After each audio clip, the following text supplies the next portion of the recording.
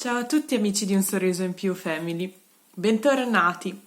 Io sono Angelica, come al solito, e oggi vi leggerò un nuovo racconto che si intitola Il melograno. Spero vi piaccia. C'era una volta un giardino incantato, un angolo di pace che regalava frutti colorati e succosi che maturavano al ciclo regolare delle stagioni vere. Il tempo naturale che lascia intatto il ricordo e il suo divenire. La bambina andava volentieri a casa delle zie. Lì scopriva sempre qualcosa di nuovo e di speciale. Oggetti antichi come il caleidoscopio e un binocolo di legno per osservare la perfezione di corpuscoli colorati in movimento o immagini di città lontane e sconosciute. Ogni volta la curiosità la spingeva a cercare cose nuove tra le stanze piene di libri e l'odore secco e penetrante del legno e della carta.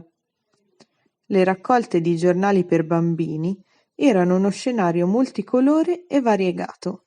Lì, tra le pagine che girava con difficoltà perché troppo grandi, le immagini sembravano vive, reali e uniche.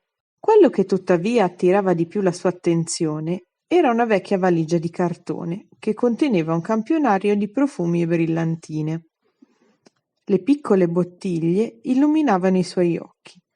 Le apriva con delicatezza per annusare essenze floreali e leggere, ed ogni volta questo piccolo tesoro veniva contemplato con sacro rispetto, così, come un segreto da non condividere con nessuno, da conservare al riparo del tempo che tutto trasforma e sbiadisce.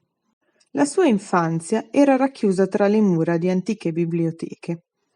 L'odore del legno dei mobili, la polvere magica che tutto ricopriva come morbida e sicura protezione di un mondo incantato e innocente. La casa delle zie e il giardino erano rimasti impressi nella sua pelle, nella sua vita, così come i ricordi dello spazio segreto dell'infanzia. Il mondo dove tutto è possibile, la fantasia dei giorni passati e mai finiti. Sono trascorsi tanti anni e la bambina è ormai adulta. La casa delle zie è decrepita e abbandonata. Il tempo reale ha consumato e cambiato per sempre le immagini di allora. Ma l'albero del melograno è sempre lì, a ricordare alla piccola grande bambina che il tempo regala sempre una nuova stagione, la fantasia dei colori che non sbiadiscono. Il frutto del melograno ha una scorza dura e resistente e, dentro, il colore rubino dei suoi chicchi restituisce alla vista e al cuore il ricordo immutato dell'infanzia. C'è un filo sottile che lega la simbologia antica di questo frutto, la vita e la morte, ma anche l'energia e la fertilità, elementi che danno al tempo reale e immaginario le radici per nutrire il corpo e l'anima, nel ricordo che tutto accoglie e restituisce. E anche per oggi abbiamo concluso.